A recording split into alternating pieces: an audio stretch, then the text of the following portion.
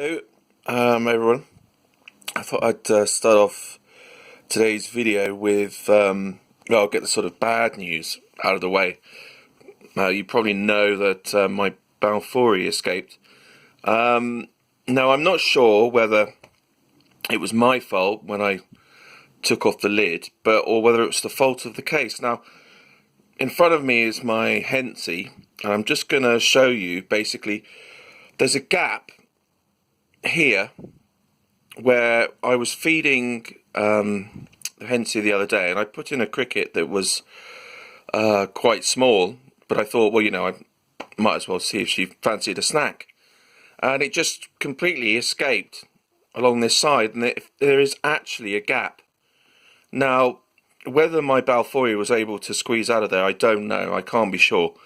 But so I thought I would just perhaps warn everyone that these boxes, and I actually got these from the really useful box company, and they were selling them at the BTS for a really good price. Now, I don't think that boxes for tarantulas should have holes, physical gap on the side. We all know that tarantulas can escape. Now, yeah, so, and it's definitely not the air holes I had. Where West Coast Arachnids was saying to me, well, make sure of your air holes. But no, the cricket was larger than a second instar. I think it was about a third or a fourth, and it just, I was 1 minute looking at the box with the cricket inside, and next thing the cricket was, on my desk here. So, so just a heads up to be really careful about the boxes. And I was actually thinking of ordering some more of these, a larger one, because I think I'm going to rehouse my little Hensi soon anyway. But so if I take off the lid, obviously you can see the lid there. It looks, and it's actually, you can't really tell that the gap is there, but if you look along the side and look underneath, it is there. But anyway, so I thought I'd just give you an update on Enola, who's not up to much, but actually she's lost a little bit of her bald spot. Previously she had it was a lot more bald on her rear, but as you can see, she's always filling up her water dish, and now it's stuck. So I'm just going to give that a bit of a clear out, and I'm going to actually do that, and then I'm going to drop a cricket in. The chances that she'll take it on camera are about, well, they're not good. she's never really, I've actually come back to see sort of something black in between her, and she obviously leaves little bits of cricket left over, but you never know. This is where I'm going to have to try and get the cricket over into the corner. Don't you dare escape, okay?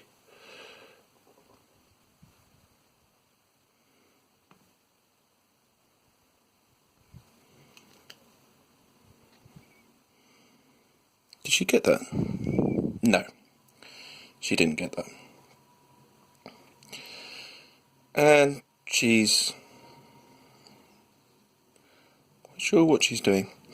So anyway, so next part of the video, I was going to sort of do a follow-up on something that Tom Moran did regards his P. muticus. I was just going to basically show you the same sort of thing that he's found. So slightly strange video, but yeah, kind of a warning. And yeah, it's not nice to lose a tarantula, and I wanted, obviously, we all want to keep 100% record, and sadly that's, it's not going to happen now. And I've actually been cleaning the house like anything, and the tarantula hasn't turned up, so that's a bit worrying if you have guests around and a tarantula appears. So yeah, a bit of a bummer, but right, on to the next.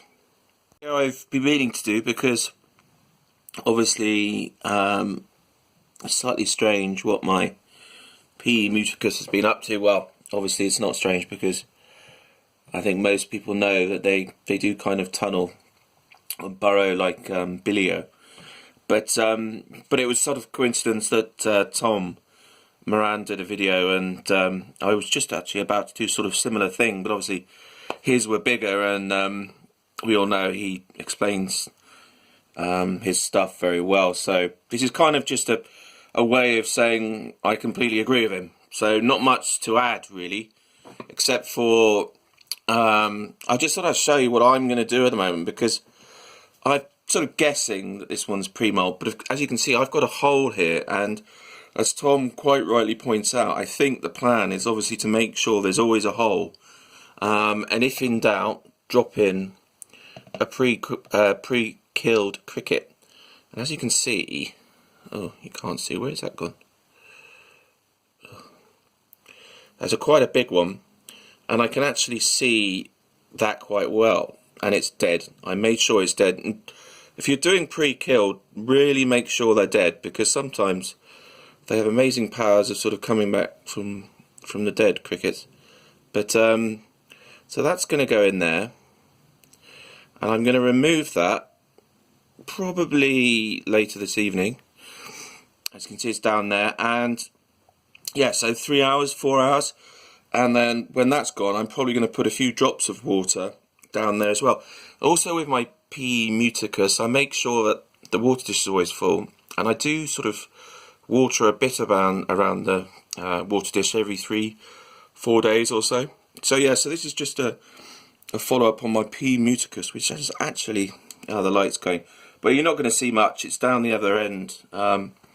But yeah, so interesting to see if that cricket sort of gets munched in the next few hours or so. Okay, I'm going to finish off with a little update on a few molts. Video, that's my other Amazonica who's molted. You can just about, where's her, but that was today. But and the OBT I fed once yesterday, so I'm going to be doing a feeding video of these two soon.